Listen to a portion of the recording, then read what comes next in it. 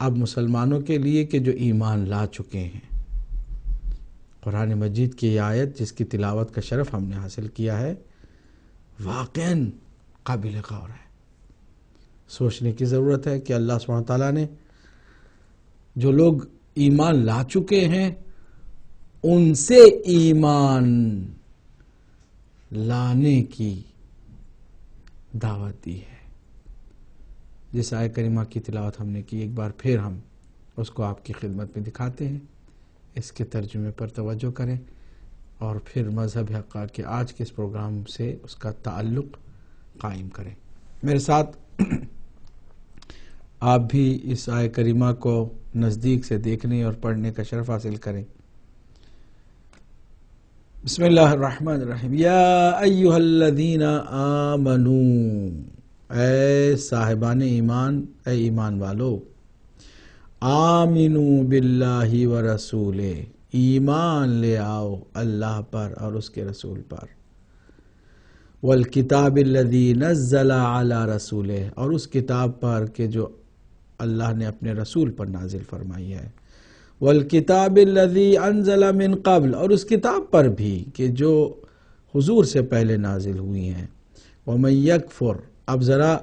توجہ سے سنیے، اور اگر کوئی اللہ کا انکار کرے، کفر کرے اور ملائکہ کے وجود کا انکار کرے، وہ ملائکتہ وہ کتبہ، اور اللہ کی کتابوں کا انکار کرے، وہ رسلہ، اور ان کتابوں کو پہنچانے والے رسولوں کا انکار کرے، والیوم الآخر، اور روز آخرت کا انکار کرے، فقد ضل ضلالا بعیدا، کہ اس نے گمراہی میں اپنے آپ کو ڈال دیا اور گمراہی کی راہ میں وہ بہت دور تک چلا گیا، ضلالا بعیدا، بہت دور نکل گیا۔ توجہ کی بات یہ ہے ناظرین کہ جہاں اللہ صاحبان ایمان سے ہی مخاطب ہو کر فرما رہا ہے کہ ایمان لے آؤ اللہ پر اور رسول پر، یہ تحصیل حاصل ہے یا تاکید بر حقیقت ہے؟ اگر اللہ سبحانہ تعالی صاحبان ایمان سے ہی خطاب کر رہا ہے تو پھر ان کے دوبارہ ایمان لانے کا کیا مطلب ہے؟ اگر ایسا ہے تو تحصیل حاصل ہے، ایک چیز جو پہلے سے حاصل ہے اس کو دوبارہ حاصل کرنے کی کوشش ہے، جو کہ محال ہے۔ اگر کوئی کہے مجھ سے کہ آئے عابدی جو بیٹھے ہوئے ہیں کھڑے ہو جائے تو بات سمجھ میں آتی ہے، کیونکہ کھڑے ہونے کا ایک نیا مطالبہ ہے۔ لیکن اگر کوئی کہے کہ اے بیٹھے ہوئے انسان بیٹھے رہو تو یہ بات بھی استمرار کے لیے ٹھیک ہے، لیکن اگر کوئی یہ کہے کہ اے بیٹھے ہوئے انسان بیٹھ جاؤ،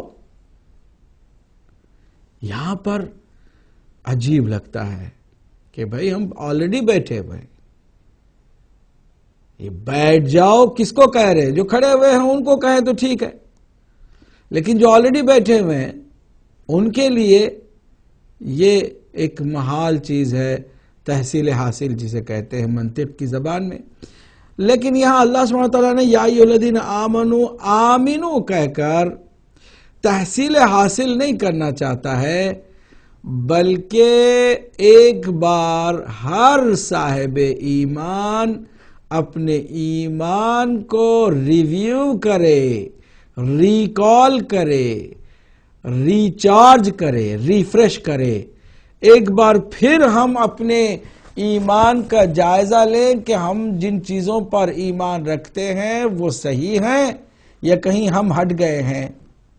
یا واقعاً دل سے ہم مانتے ہیں اور ان پر عمل کرتے ہیں، یا خالی کہنے اور سنانے کے لیے ہم مومن ہیں۔ یہ